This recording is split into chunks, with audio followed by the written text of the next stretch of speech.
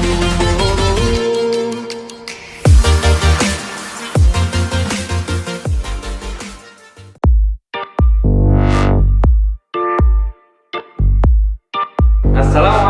warahmatullahi wabarakatuh. Bagaimana kabarnya anak-anakku hari ini? Alhamdulillah, tetap luar biasa ya, jaga kesehatan. Ya, anak-anakku, hari ini kita akan belajar IPA, tema 8 ya. Di tema 8 ini kita akan mempelajari tentang pergerakan bumi. Dan khususnya pada edisi hari ini kita akan membahas tentang rotasi dan revolusi. Kompetensi dasar yang akan kita capai pada hari ini adalah menjelaskan peristiwa rotasi dan revolusi bumi serta terjadinya gerhana bulan dan gerhana matahari. Kemudian 4.7-nya membuat model gerhana bulan dan gerhana matahari. Ini yang akan diraih anak-anakku pada tema yang ke-8 kompetensinya. Nah, anak-anakku, hari ini kita akan mengenal tentang gerakan bumi dan bulan. Kamu tahu ya, gerakan bumi dan bulan. Baik, ini yang kita simak di sini. Gerakan bumi itu kita bagi menjadi dua, ada rotasi dan ada revolusi. Kemudian gerakan bulan juga sama, ada rotasi dan revolusi. Kemudian bumi ketika berevolusi nanti akan dipakai untuk menetapkan kalender Masehi, sedangkan revolusi bulan itu nanti akan ditetapkan atau dipakai untuk penetapan kalender Hijriah. Kemudian selanjutnya nanti di pertemuan yang berikutnya kita akan membahas tentang gerhana matahari dan juga gerhana bulan. Ya, selanjutnya apa itu rotasi? Nah, anakku tahu nggak apa itu rotasi? Baik, dengarkan ya baik-baik ya. Apa itu rotasi? Rotasi itu adalah berputarnya bumi atau bulan atau benda langit yang lain juga bisa pada porosnya. Jadi di bumi itu ada porosnya. Di sini ada porosnya, itu sebagai poros. Nah, ketika bumi berputar, ya berputar dalam pada porosnya itu kita namakan dengan rotasi. Nah, kalau bumi waktu satu kali rotasi itu membutuhkan waktu 24 jam atau 1 hari ya. Mungkin dengan kemiringan bumi sekitar 23,5 derajat. Tuh, itu rotasi.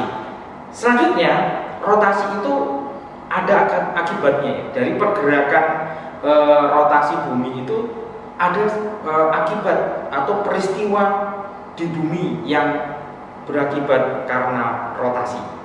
Satu, yang pertama adalah gerak semu harian matahari dari timur ke barat.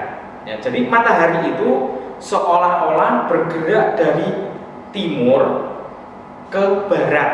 Ya, padahal sebenarnya itu yang bergerak adalah bumi, yang berrotasi adalah bumi, sedangkan matahari juga akan berdiam juga diam. Jadi nanti akan yang berrotasi hanya bumi saja. Sebenarnya itu ya. Dan selanjutnya akibat rotasi yang kedua adalah pergantian siang dan malam. Sini sudah ada gambarnya juga. Ada siang dan malam. Jadi pergantian siang dan malam ini juga diakibatkan karena adanya rotasi bumi ya. Tuh.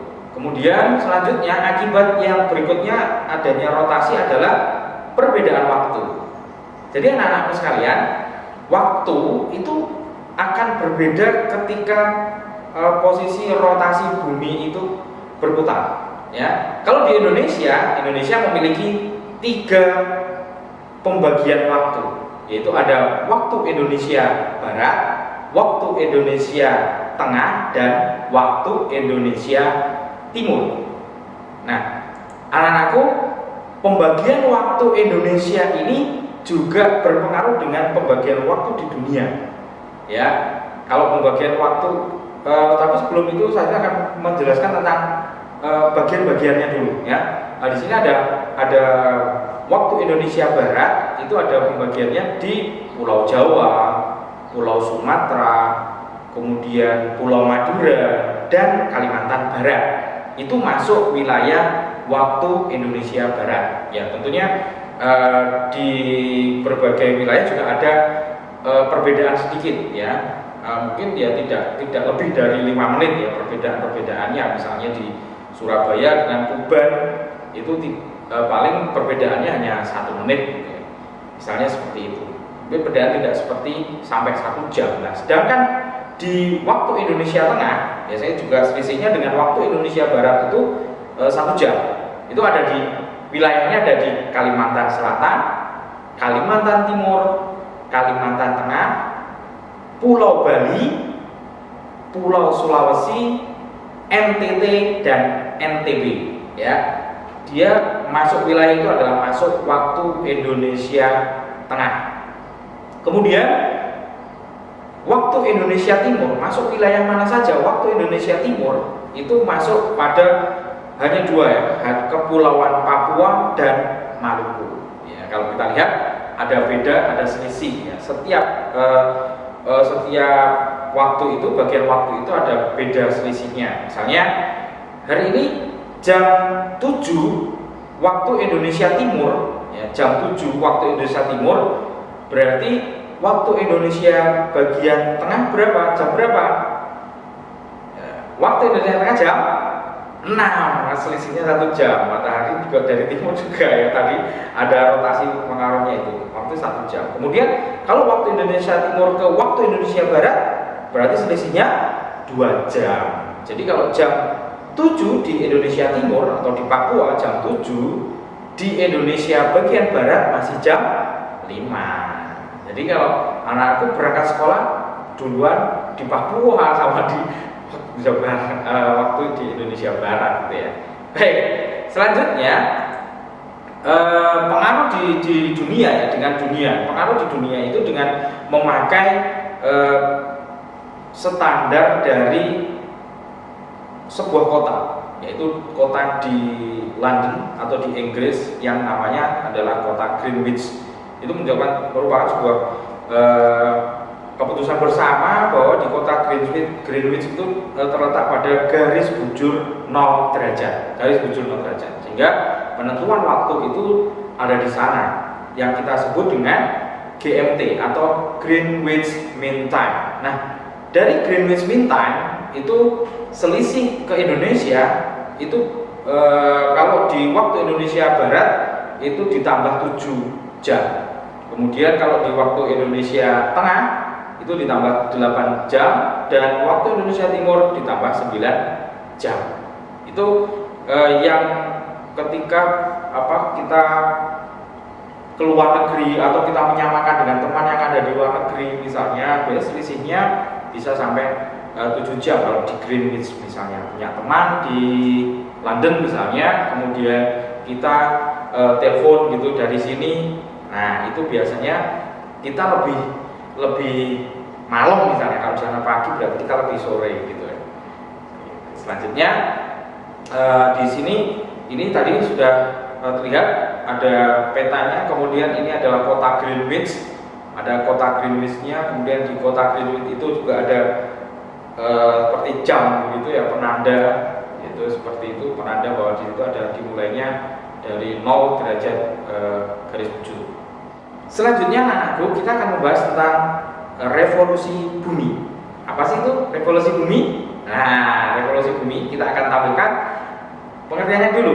Revolusi bumi itu adalah pergerakan bumi mengelilingi matahari. Jadi waktu satu kali bumi mengelilingi matahari itu ada 365 seperempat hari, atau kita kenakan 1 tahun. 300 kalau 1 tahun 365 ya. Nanti seperempatnya kemana? Nanti seperempatnya akan ditambahkan setiap 4 tahun sekali yang kita namakan tahun kabisat. Ya, jadi tahun kabisat itu adalah tahun yang bisa dibagi menjadi dibagi 4, yang bisa dibagi 4 ya. Tuh, nanti kita akan pelajari berikutnya. Nah, di sini ada gambar tentang revolusi bumi, bagaimana bumi berputar mengelilingi matahari. Jadi ketika bumi berputar mengelilingi matahari, bumi tetap melakukan rotasi. Jadi ketika bumi melakukan rotasi, dia juga akan mengelilingi matahari. Itu kita namakan dengan revolusi bumi. Jadi bumi mengelilingi matahari. Nah, akibat revolusi bumi apa? Jadi ada beberapa peristiwa yang diakibatkan oleh revolusi bumi. Ya, yang pertama adalah perbedaan musim di belahan bumi utara dan bumi selatan. Jadi ada perbedaan musim ya di belahan bumi utara dan belahan bumi selatan. Kita lihat di sini. Ya, di sini ada gambarnya. Kemudian perhatikan di situ ada bulan-bulan juga. Ada bulan. Ketika 21 Maret itu akan terjadi musim yang berbeda juga di setiap belahan bumi, baik belahan bumi utara dan selatan. Tuh. Kemudian kita lihat di tanggal 21 Juni perubahannya juga. Jadi 21 Maret, 21 Juni, kemudian 23 September dan 22 Desember. Jadi pembagiannya antara itu akan terjadi perubahannya. Nah, kenapa hari ini kita akan pakai perubahan musimnya itu dengan 4 musim ya.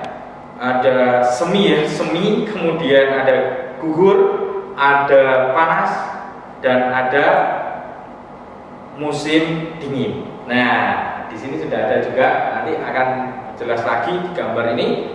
Jadi tanggal 21 Maret itu akan menjadi awal dari musim semi.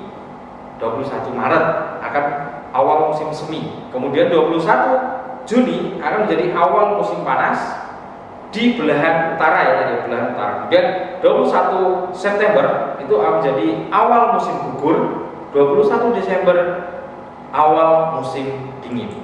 Kita lihat di sini akibat dari revolusi yang berikutnya.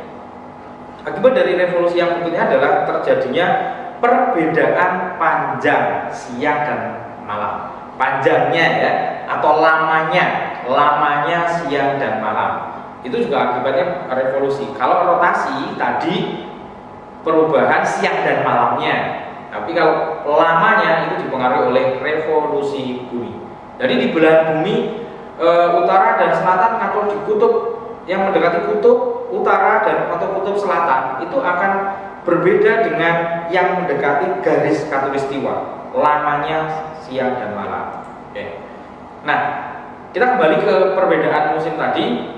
Pada belahan bumi di belahan buminya ya, kita perhatikan nanti akan tampilkan satu tabel ya, usahanya tampilkan satu tabel yang tabel itu akan menunjukkan perbedaan antara belahan bumi utara dan belahan bumi selatan ya. Yang pertama tadi tanggal 21 Maret sampai tanggal 21 Juni itu ada musim semi di belahan bumi utara. Kemudian belahan bumi selatan itu akan terjadi musim gugur. Kita singkat maju semigu. Jadi Maret, Juni di belahan utara terjadi musim semi dan belahan bumi selatan terjadi musim gugur. Kemudian di bulan Juni sampai bulan September itu di bumi utara akan terjadi musim panas dan bumi selatan akan terjadi musim dingin. Kita singkat agar mudah menghafalkan adalah Juse Padi. Juni September di belahan utara panas dan di belahan bumi selatan dingin. Kemudian di bulan September sampai bulan Desember itu di belahan bumi utara akan terjadi musim gugur dan di belahan bumi selatan akan terjadi musim semi. Kita singkat dengan Sabdes Gumi ya. Dari situ kemudian di bulan Desember sampai Maret itu di belahan bumi utara terjadi musim dingin, sedangkan di belahan bumi selatan terjadi musim panas. Kita singkat dengan Dema Dipa. Desember, Maret dingin di belahan bumi utara dan panas di belahan bumi selatan. Terus tambahan untuk bagaimana kita biar bisa memahami terjadinya perbedaan musim karena revolusi. Yang ketiga adalah akibat dari revolusi bumi, yang ketiga ada gerakan semu tahunan matahari. Jadi gerakan semu tahunan matahari itu seolah-olah jadi matahari itu berpindah posisinya, ya seolah-olah itu. Jadi tampak misalnya terbit, ya, terbitnya itu dari tempat yang berbeda. Jadi seolah-olah itu ada gerakan semu matahari. Nah, sebenarnya yang bergerak adalah bumi. Ya, matahari sebenarnya tidak mengalami perubahan posisi. Itu. Ini ada gambarnya perubahan posisinya di bulan Maret, Juni, September, dan Desember serta 21 Maret. Itu ada gambar, ada posisi-posisinya ketika matahari terbit. Jadi seolah-olah ada di sebelah, agak ke sebelah timur laut atau timur tenggara, agak ke tenggara, gitu. Atau mungkin posisinya pas di timur, itu seperti itu, karena ada pengaruhnya dari revolusi bumi. Nah, anak-anakku, itu yang bisa kita bahas pada hari ini, ya, yaitu kita sudah membahas tentang rotasi bumi dan revolusi bumi. Ya, selanjutnya akan kita bahas pada waktu yang berbeda terkait dengan bagaimana terjadinya gerhana bumi dan gerhana bulan. Tetap ikuti terus pelajarannya dan tetap semangat, selalu jaga kesehatan, semangat dalam ibadahnya, tetap terapkan 3M: memakai masker, menjaga jarak, dan mencuci tangan. Terima kasih dari Ustaz Zen. Saya akhiri. Assalamualaikum warahmatullahi wabarakatuh.